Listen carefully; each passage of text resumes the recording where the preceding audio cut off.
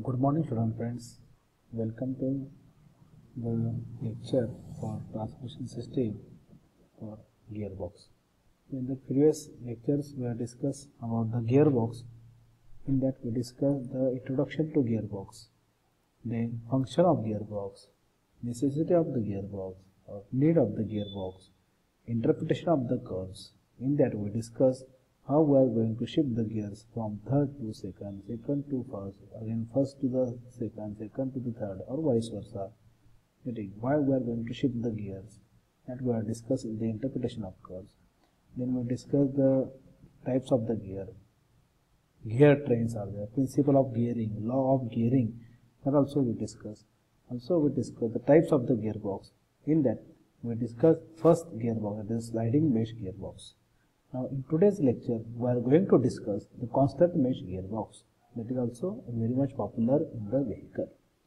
So the name itself suggests that in this type of gearbox all the gears are in the constant mesh with the corresponding gears on the lay shaft. That's why it is known as constant mesh gearbox. All the gears on the main shaft, all the gears on the main shaft is a spline shaft. So all the gears on the main shaft are always constant mesh with the gears on the lay shaft. That's why it is called the constant mesh gearbox. So all the gears on the main shaft, they are free to rotate. They are not going to be slide. They are not going to free to slide on the main shaft as in case of sliding mesh gearbox. That is the main difference between the constant mesh gearbox and sliding mesh gearbox. So whatever the shortcomings are there in case of sliding mesh gearbox, they are overcome. They are going to be improved in case of constant mesh gearbox. That's why it is much popular in the vehicle. So all the gears on the main shaft are free to rotate, and they are always constant mesh with the gears on the lay shaft. And all the gears on the lay shaft are again fixed. They have to be fixed. Here, however, it is a fixed. Also, the dog clutches are provided on the main shaft. If you see, such a dog clutches are provided, and this dog clutches is having the teeth on its periphery, and the teeth is to be matched with the teeth on the gears on the main shaft.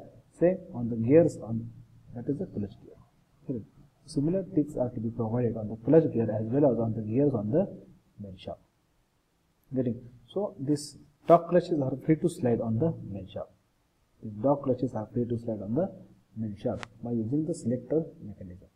So when suppose we are going to slide the left dog clutch, this is the left dog clutch. If we are going to slide the left dog clutch to the left by means of selector mechanism, then the teeth on the this left dog clutch is to be engaged with those teeth on the clutch gear, and that way we get the direct gear.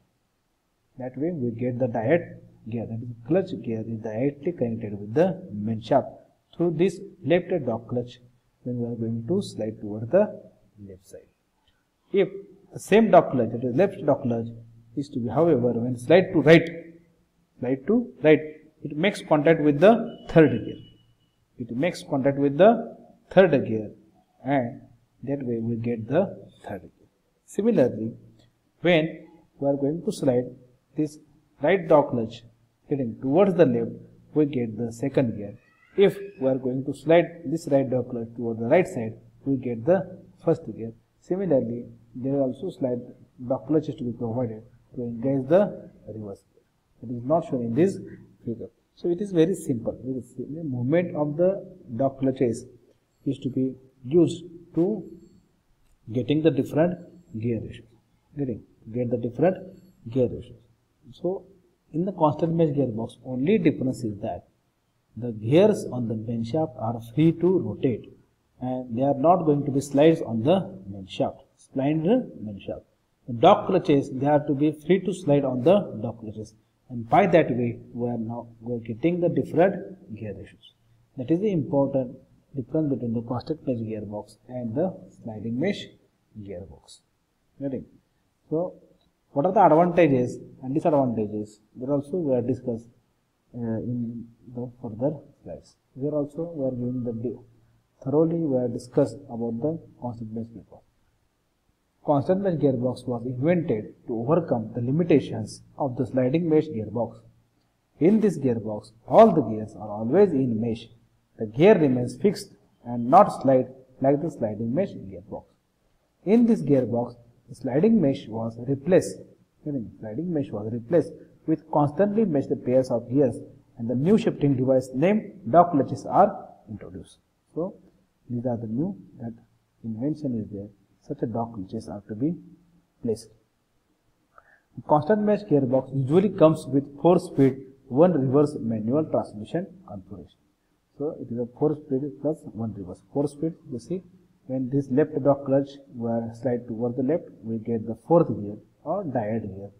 When this left dog clutch move toward the right side, we get 3rd gear. When we are going to move this right dog clutch towards the left, we get the 2nd gear. If we are going to move this right dog clutch towards the right side, we get the 1st gear. So by that way, it is having the 4 forward speed and 1 reverse for the manual transmission configuration. So this gearbox has different parts like counter shaft, main shaft, clutch shaft, gears and dog clutch. So counter shaft, that is nothing but a lay shaft, main shaft, clutch shaft, gears and the dog clutch. Gears on the counter shaft or lay shaft are fixed to it, and the gears on the main shaft are free to rotate.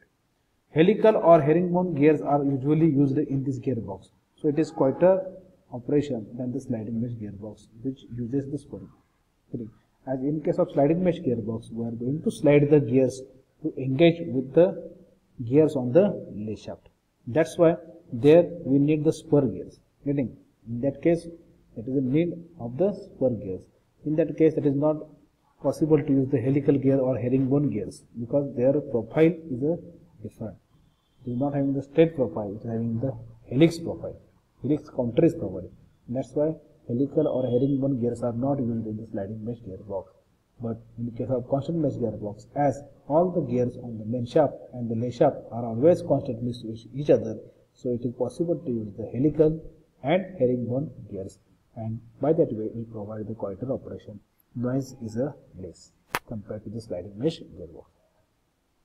In this gearbox, all the gears in the main shaft and the counter shaft are always engaged with each other. Different transmission ratios or speed ratios are obtained by using the dog clutch. By the movement of dog clutch, dog clutch is engaged with the gears on the main shaft to obtain the desired speed or torque. So main parts, that is the shafts. 3 shafts are present: main shaft, lay shaft or counter shaft, and clutch shaft. You see, main shaft, lay shaft or counter shaft, and this is a clutch shaft. These are the 3 shafts.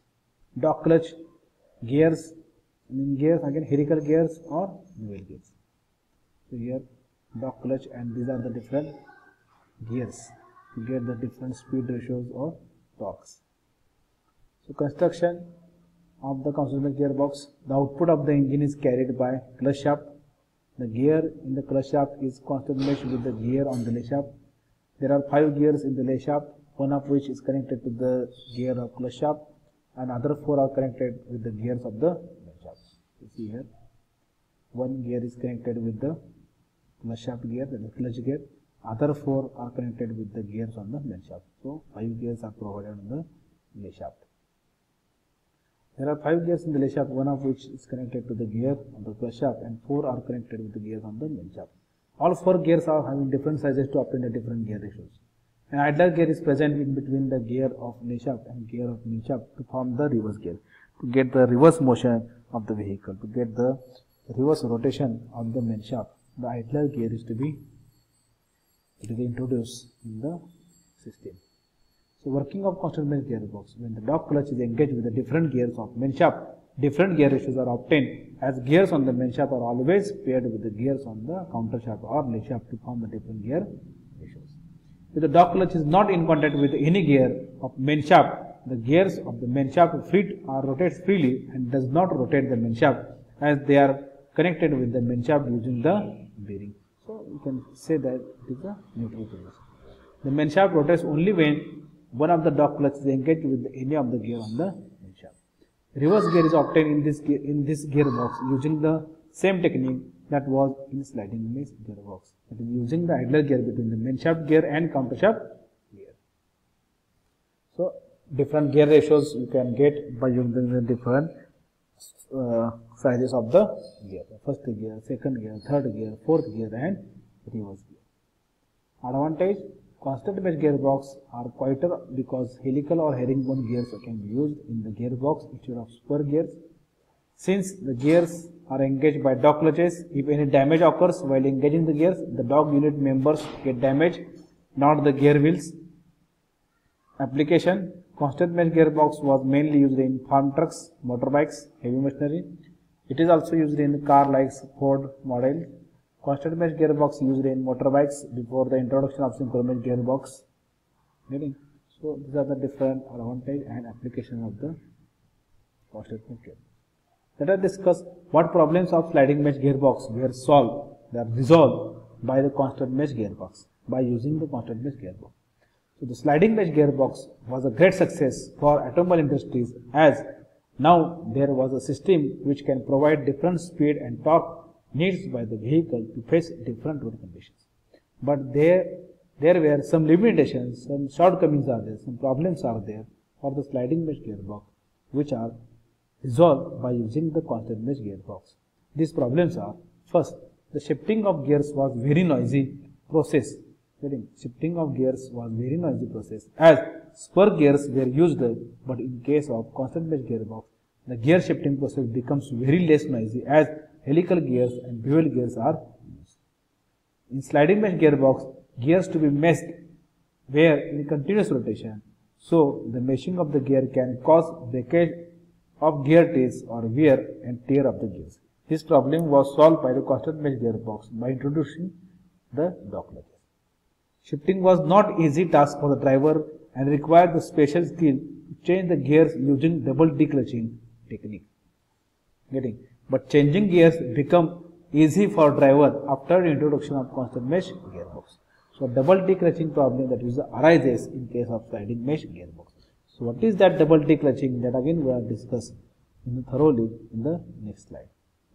So the double declutching problem is to be not occur in case of constant mesh gearbox. So what is double declutching? So in constant mesh gearbox, for the smooth engagement of the dog clutches, it is necessary that the speed of main shaft and the sliding dog must be equal. It is necessary that the speed of main shaft gear and the sliding dog must be equal. Therefore, to obtain lower gear, the speed of the clutch shaft, lay shaft and main shaft must be increased. This is done by double declutching. So the procedure for double declutching is as given below. The clutch is disengaged and the gear is brought to the neutral. The clutch is disengaged, gear is brought to the neutral. Then clutch is engaged and accelerator pedal pressed to increase the speed of the main shaft gears. After this, the clutch is again disengaged and the gear moved to the required lower gear. The clutch is again engaged. As the clutch is disengaged twice in this process, it is called a double declutching. So for changing the higher gear, however, reverse effect is desired. That is, driver has to wait with the gear in the neutral till main shaft speed is decreased sufficiently for smooth engagement of gear. So in constant mesh gearbox, for smooth engagement of dog clutches, speed of the main shaft gear and dog clutch needs to be equal. That is the first requirement. In constant mesh gearbox, for smooth engagement of dog clutches, the speed of the main shaft gear and the dog clutch needs to be equal. As dog clutch is to be going to be engage the gear. That's why the speed of main shaft gear and dog clutches needs to be equal. Therefore, the shift from lower gear, for example, second to higher gear, speed of clutch shaft and lay shaft must be decreased. Speed of clutch shaft and lay shaft must be decreased. This is achieved by double declutching. First, the clutch is disengaged, brought to neutral. Then clutch is engaged and driver has to wait till the speed of engine drops sufficiently for smooth engagement. The driver can also apply brake gently to speed up the process. After this, clutch is pressed again and gear is moved to the higher gear. As the speed of the clutch shaft is now same as the dog clutch, then the dog clutch is engaged smoothly. In this way, we can shift from second to the third gear. So simply, to engage from the higher gear to the lower gear, lower gear to the higher gear, or to decrease the speed. Similarly, from higher gear to the lower gear, so to increase the speed.